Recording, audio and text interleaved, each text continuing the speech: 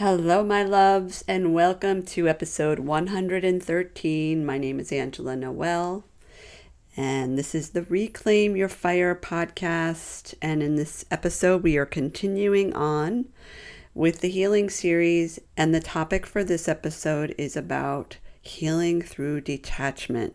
So difficult for so many of us because detachment shows up in every area of our life. Every area of our life, from detaching from people, to detaching from habits, to detaching from things that we say and things that we do, and change, going from old ways of being to new ways of being. There's so much in the process of detachment that is so beautiful, that is so healing, and really by detaching, that is when we truly have freedom.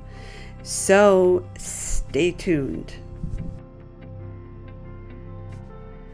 Hello, fire goddesses. Welcome to the Reclaim Your Fire podcast. My name is Angela Noel, and I am a prosperity coach for the newly awakened or awake curious, driven overachiever, and overdoer. After running a successful acupuncture practice in Boston for 12 years, I decided to hang my hat by closing the practice and pursue what it is that I'm really meant to do in this world, and that is to serve humanity online on a global scale. Using my background in Chinese medicine, along with the brain science of habits, spirituality, and divine masculine and feminine energy balance, I am here to help you not just understand, but know how powerful you are, and that you are the person who is responsible for having the finances, inner peace, radiant health, and energy, aka the fire, in your life that you've always desired. My intention with this podcast is to serve humanity, no matter what gender you identify as, to help bring out the divine feminine goddess in each and every one of you. As you probably are already aware, the world is changing and is begging for the goddess to come out in each and every one of you. So, fire goddesses, stay tuned. Hello, my loves, and how are you? Welcome to another episode of the Reclaim Your Fire podcast. My name is Angela Noel. I am the host of the podcast. And one of the things that comes up a lot in my conversations with people is the idea around detachment. It seems like we all understand the reason why it's important to detach. However, a lot of us don't really know how to detach. And my intention with this episode is to keep this really simple and to give you a play-by-play on how to detach. Because we already know, the Buddha says that the reason why we suffer is because we remain attached. But how the heck do we detach? How do we really truly detach? So I'm going to share with you some pointers. I'm going to share with you a little bit of my personal story with detachment, and I'm going to basically show you how I've done it and what's worked for me.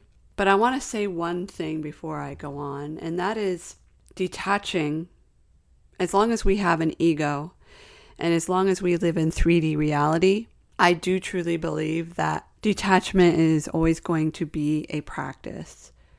We may become more skilled at it the more we practice it. It's just like anything. As long as you want to keep up a skill, it's really important to be able to practice and be committed to that practice, just like practicing yoga, just like practicing the piano, just like practicing tennis, just like practicing anything that you want to be good at. It requires that you practice and stay committed to the practice. So I believe, and correct me if I'm wrong, if you have a better idea about this, that as long as we live in 3D reality in our 3D bodies, that it will be a practice to detach every day. So I want to talk about that. Like, how do you detach? How does that happen? And I'm going to share a little bit about this is the healing series. The healing series continues. And whether this becomes a healing focused podcast, I think that maybe I'm going in that direction. But for the time being, just to keep everything simple, we're still in the healing series.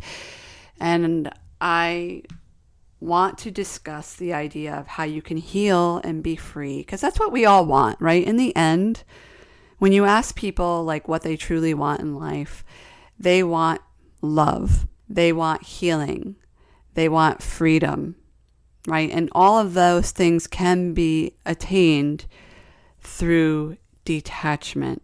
Think about the last time you were really upset about something and why you were upset. A lot of times it has to do with being attached to a certain outcome or having expectations around a certain subject matter. So, as you know, I've shared my story. I've been weaving my story in and out through, this last year or two. I recently divorced. And for those of you who have been through a major breakup or a divorce, you know what this is like, right? I would assume that most people know what this feels like if you've been in a relationship. And one of the biggest lessons, like the largest lesson that I've learned, there's a big bird outside and it's like flying through the trees, and I'm trying to figure out, I'm at my parents' house, by the way, in upstate New York. It's my childhood home. I grew up here, and after living in Sedona, Arizona now for almost 4 months, I'm home visiting my family, and I'm just enjoying the humid weather. Actually, believe it or not, I'm enjoying the humid weather. I'm enjoying the moisture in my skin and my hair and everything. And I'm enjoying the fact that there's so much green and there's so many trees. And my parents, where I grew up, my parents' house is literally on 4 acres in the woods.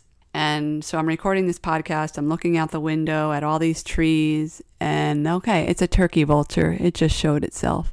It's a turkey vulture, which is interesting that I'm recording this podcast, because turkey vulture medicine is all about the ego. It's all about managing the ego. So, okay, it's just flying around, and I'm here talking about the ego and 3D reality and detaching. So let's bring it back here. So I went through a divorce, and I've shared some of my story already.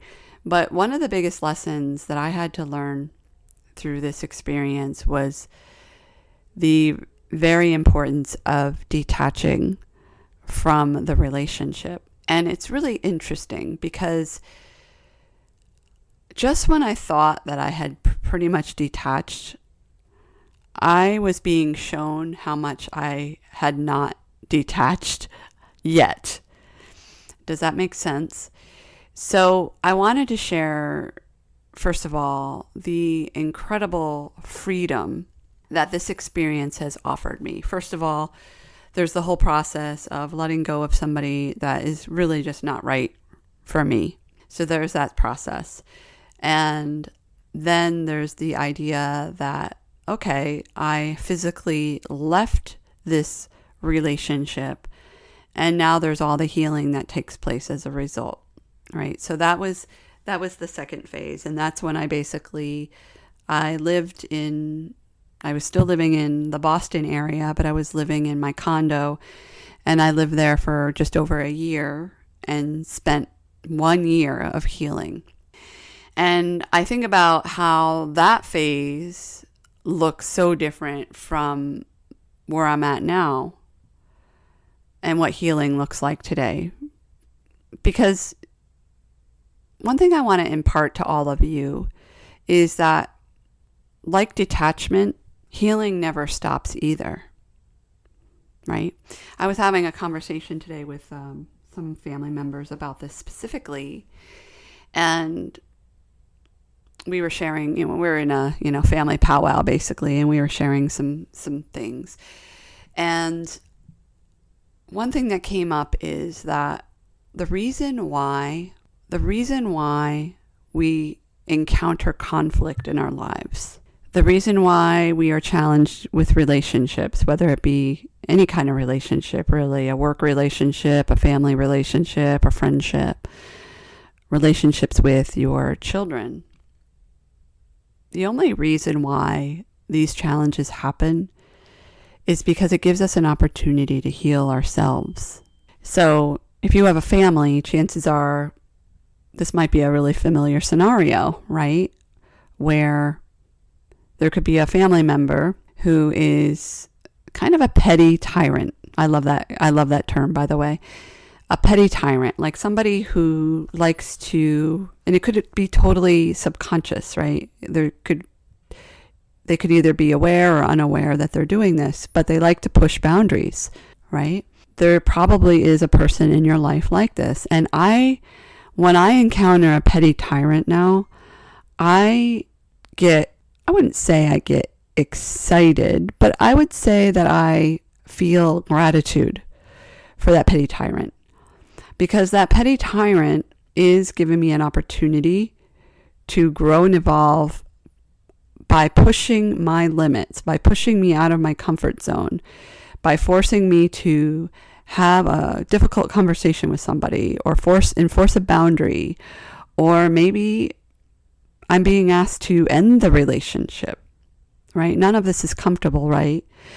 But when we are in these scenarios where we need to make a decision about a relationship with somebody, I would say more often than not, the default state, and we're going back, the way, I was raised in the 70s and the 80s, where women especially, and I think this is hard for men too. I don't want to genderize this, but setting boundaries and speaking our truth is uncomfortable.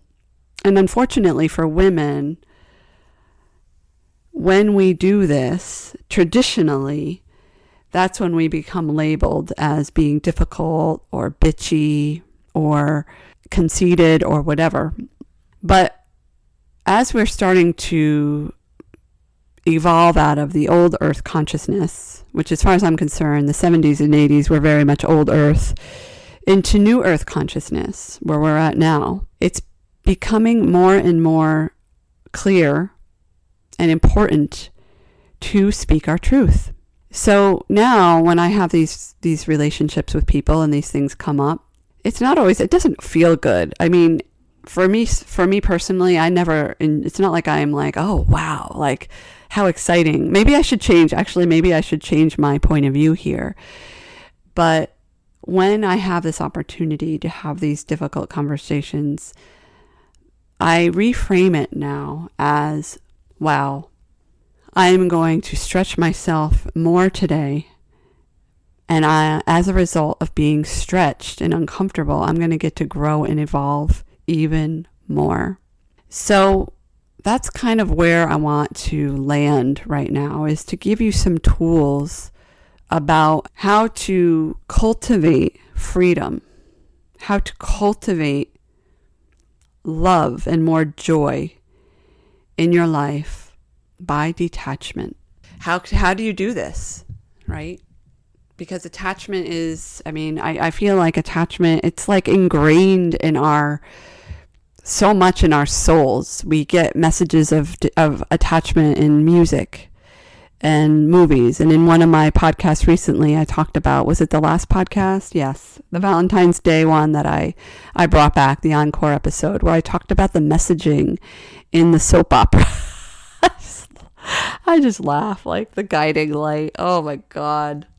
My mom was telling me how she listened to that episode and they were just laughing out loud about the guiding light. Because if you don't know what I'm talking about, listen to episode 112. It was an encore episode that I just republished. It's the second most downloaded podcast episode. And when I was in 6th grade, basically I had this friend who watched The Guiding Light and she got me hooked on it in freaking 6th grade. I was 12 years old. Like, what do I know? And here I am, like having like the TV telling me about how love is. It's such a warped vision, right? It's a warped point of view.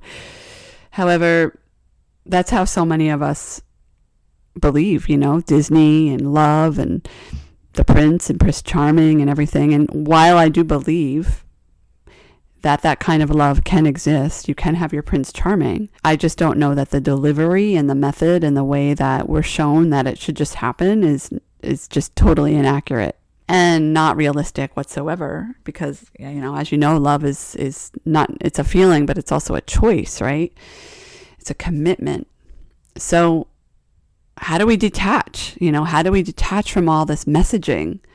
When we've been bombarded by this concept since we basically came out of the wound, or maybe even before that love is a certain way and love is the only way. And, how do we detach so that we can be more free? So I'm going to share with you how I have been doing it and how it's worked for me. And it really is pretty simple, actually. And when I start to notice myself having expectations, or when I start to notice myself having a desire or a desired outcome about something, and when I start to notice that goes into obsessive thinking, like, oh my gosh, like, is this going to happen? Is this not going to happen? Like, and especially when it involves like another person, this is the best way to do it. And this is the best way to end, because, attachment is a habit, just like everything else. It's a mental habit. And when you're attached and it becomes obsessive, then you're more and more engrossed in this never-ending cycle of addiction, that in order for it to stop, you need to just stop. You need to just decide to stop and stop it dead in its tracks. And what has worked for me miraculously is, I actually learned this from my mentor, Jim Fortin, one of my mentors. What you do is you move your attention. And the joke is, when I was learning from Jim, is you would say, just find a phrase that would literally get you out of this obsessive thinking pattern into your next thinking pattern. And that is, in this case, Jim would often say things like, well, what's for lunch? Like, oh, here I am. I'm noticing myself ruminating a lot. I'm noticing myself in obsessive thinking. I'm noticing myself in addictive thinking. And what does that do? Like, that just literally, it's like the more you're in that cycle, the more it feeds into continuing the cycle. So what you need to do is you need to end that cycle dead in its tracks. What you literally do is you stop yourself by ending the cycle and find some kind of phrase to move your attention. So I've been using what's for lunch. You could use a phrase, or it could be an activity, like you start doing squats. Like sometimes I'll just like start jumping on my rebounder, when I notice myself in repetitive thinking and attachment and expectations, moving your body, dancing. I think about my dog, Ayla, right? I do not believe that my dog gets stuck in repetitive, obsessive thinking. She is very, very attached to me. And so maybe to a certain degree, she does worry about maybe me when I leave the house and what's going to happen to her. I don't know. But one thing I'll say is that, like the other day when I left bright and early to go catch my flight at a Flagstaff, she knew that something was up. She saw the suitcases. She sensed my energy. She knew that I was potentially leaving without her. So she was following me around the house, and she was like underfoot for that whole hour that I was getting ready to go. But once I went to the door, and once I said goodbye to her and I said, I'll see you in a few days, and I went to the door and she knew I wasn't coming, she did a 180, she turned around, and she walked in the other direction. And my guess is that once I closed the door, she probably just went to bed and went to sleep, and she moved her attention to whatever she needed to focus her attention on. In this case, it was going to her bed, or taking a nap, or going to drink some water, or going to eat her food. I think that there's a lot that we can learn about the animals, right? And when you watch wildlife, like they're not, if they were constantly obsessing about what people are thinking of them, or when the person that they're interested in is going to call them chances are they wouldn't survive in the wild very long, because you need to be vigilant. You need to pay attention. You need to watch for predators. You need to take care of your babies. You are literally in the wild. And let me tell you something about what attachment does. Like, we already know that it's like the definition of suffering, or it's the cause of suffering in Buddhism. But what it does is it literally creates a block in your consciousness from you being able to go higher, from you being able to be truly free from yourself, from you being able to be truly detangled from repetitive thinking and ruminating. It literally creates, in Chinese medicine, we talk about qi stagnation, right? When the body is healthy and free and in balance of yin and yang, it's in flow. When we feel the freest and when we feel the happiest, we are in flow. It's when our minds are like water, and when we mimic the element of water, we are literally with the water. And that is another thing that I do when I'm noticing that I'm in repetitive thinking, is I become like nature. I tune into nature. So you can look at this as meditation, or you can look at this as just sitting in the quiet for a few minutes, or for 45 minutes, or however long you need, and you tune into the water. You tune into the trees. You tune into the earth. You tune into the elements. And you literally allow the elements to take on what is no longer serving you. The whole idea about grounding into the earth, going outside in your bare feet. I don't recommend doing this in Arizona. You need to wear shoes in Arizona. But touching trees, touching plants, connecting with the rocks and with the soil any way that makes sense to you. Literally, what you're doing at this point is you're bringing yourself back, and you're being more like nature. Because we as humans, we think that we're so much better and bigger and awesome than the other animals in the ecosystem.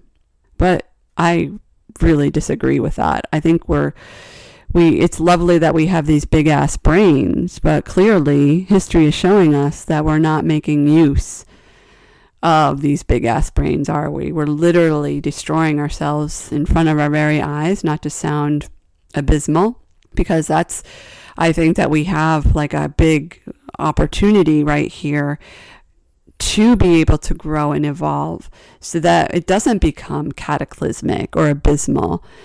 We can heal the world.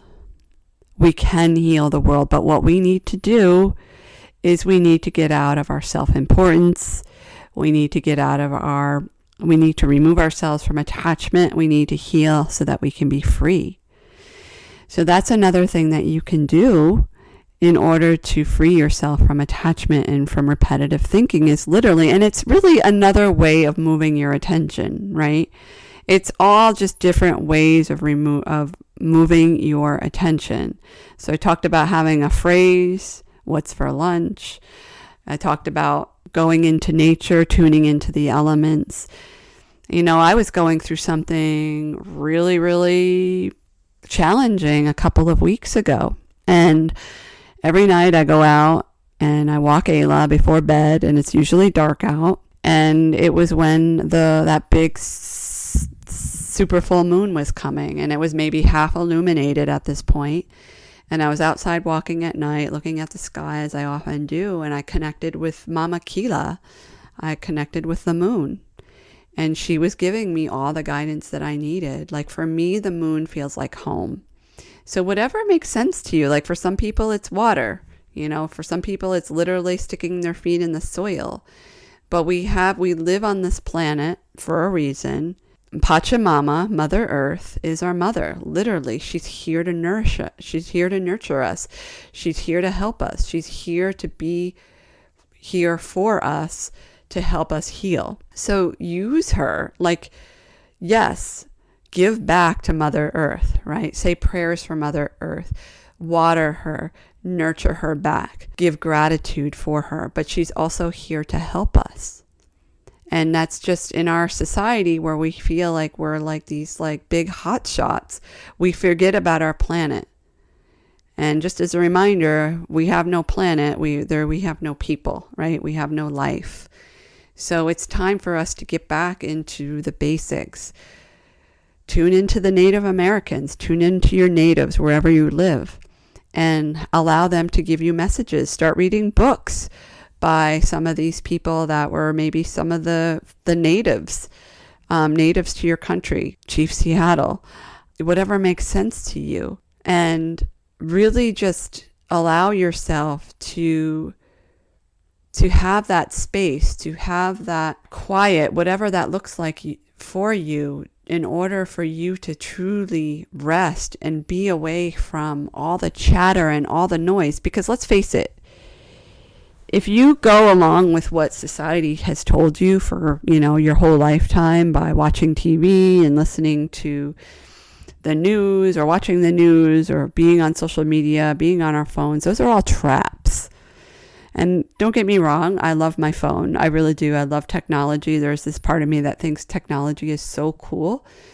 But those were created for us as tools and not traps. So being very, very mindful about how you are using your time and your energy, because like I mentioned earlier, if your energy is being placed in the wrong place, you are only allowing more constriction and more stagnation into your next version of you, into your growth. And also, I want to mention another side thing about Chinese medicine is, and it has to do with repetitive thinking and rumination.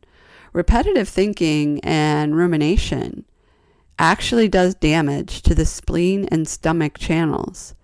So many people, especially, when I was working with people clinically, had gut issues.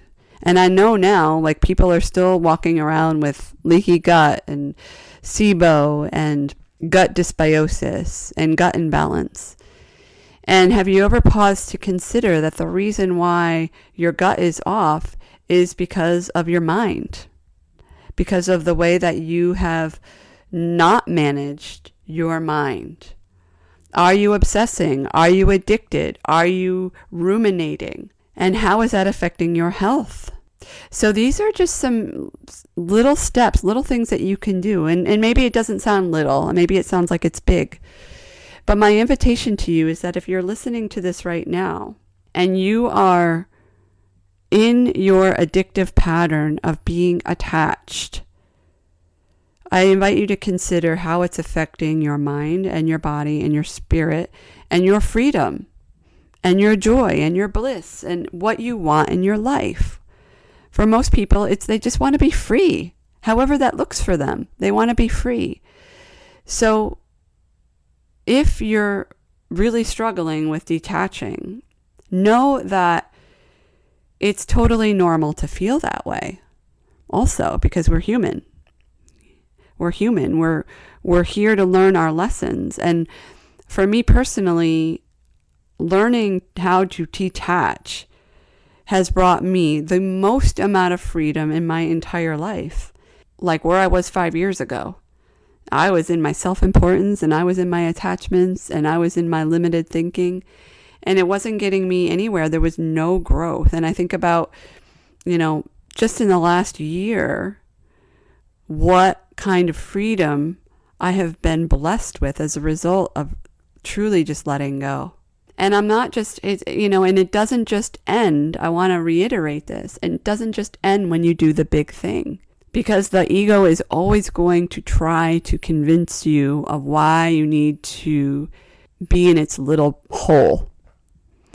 And it's always going to try to pull you into the hole. But here's the thing about having these big brains. And unfortunately, in my opinion, I feel we've been mismanaging our big brains for way, way too long. But we have these big brains because we have the ability to have the self-awareness to work with the ego. Like we can see, okay, here we go again. And we have this blessing of being able to change course. I mean, there's days, don't get me wrong, where I'm in my repetitive thinking many, many, many times throughout the day. And I need to remember and remind myself, okay, here it is again. How can I change course? How can I move my attention? What do I need to do? What do I need right now? Sometimes it's just a matter, quite often, here's another tip for you. It's about being in the silence. It's about making a conscious choice to turn everything off and sit in the silence for 5 or 10 minutes, sometimes more, and just being quiet. And for a lot of people, they say, oh my gosh, I could never do that. I could never do a silent meditation retreat. Well, first of all, that's limited thinking. If you're already saying you can't do it, but it's because you've never done it before. It's like a change. It's like anything else that's new that you've never done before. And it's just a matter of practicing. I hope that you found this helpful. And just to recap on everything, how can you detach? The first thing you do, the most important thing that you can do always is to move your attention. Find a phrase that makes sense, that gets you out of that repetitive thinking. Go outside, tune into the elements, tune to Mother Earth, tune to the moon, tune to Papa Inti, Father Sun, to water, Yamaya, and start with that. Release your shadow to the elements. You can even have like a little ritual around it. Thank you so much for protecting me, ego. I know that you're here for my safety and for my well-being, but it's okay to let these thoughts go. It's okay to let all of this go. Just let it go. And give yourself grace and give yourself love, and also give yourself a huge pat on the back for being committed to your healing. Because trust me, if it was easy, we'd all be healed, wouldn't we? And that's not why we're here. We're here to heal, we're here to grow, and we're here to evolve, and we're here to take our life into the next level. But as long as you continue on with holding on to your attachments, holding on to your limited thinking, holding on to your obsessive thoughts, it's only going to keep you stuck and keep you miserable. So what is that? Neil Donald Walsh? What is his quote?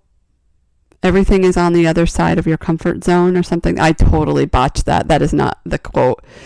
But I think it was Neil Donald Walsh that says something about everything that you want is on the other side of your comfort zone. You know? So go out and do it. Go out and be the best version of yourself. Let go of your attachments. Know that it's a lifelong process. It's okay if you mess up. Give yourself grace. And just be committed. Choose that today you are going to be committed to your personal growth. It's beautiful, right? And know that sometimes, hey, it's going to be uncomfortable, you know? It's really uncomfortable sometimes to grow and evolve. But you can do it.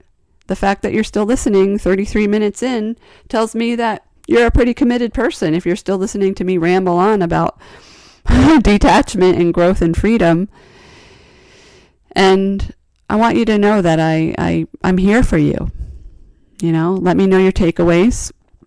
Message me on Instagram, Facebook, however you can find me. And let me know your takeaways. Let me know how you're doing. I'd love to hear from you. And until next time, remember to be radiant, be powerfully authentic, and know that you can reclaim your fire at any time. Take care. Bye. Hi, this is Angela Noel, and thank you so much for listening to this podcast. If you have found value in listening to this podcast, I would be so grateful if you could kindly share this podcast with those you care about. Please help me spread the word of empowerment and possibility and expansion by sharing this podcast. Or you could also leave a review on Apple Podcasts. Remember to follow me on Instagram at I am Angela Noel, or you could go to my website at www.angelanoelinternational.com to learn more about my work and to find out how you can work with me. Thank you very much.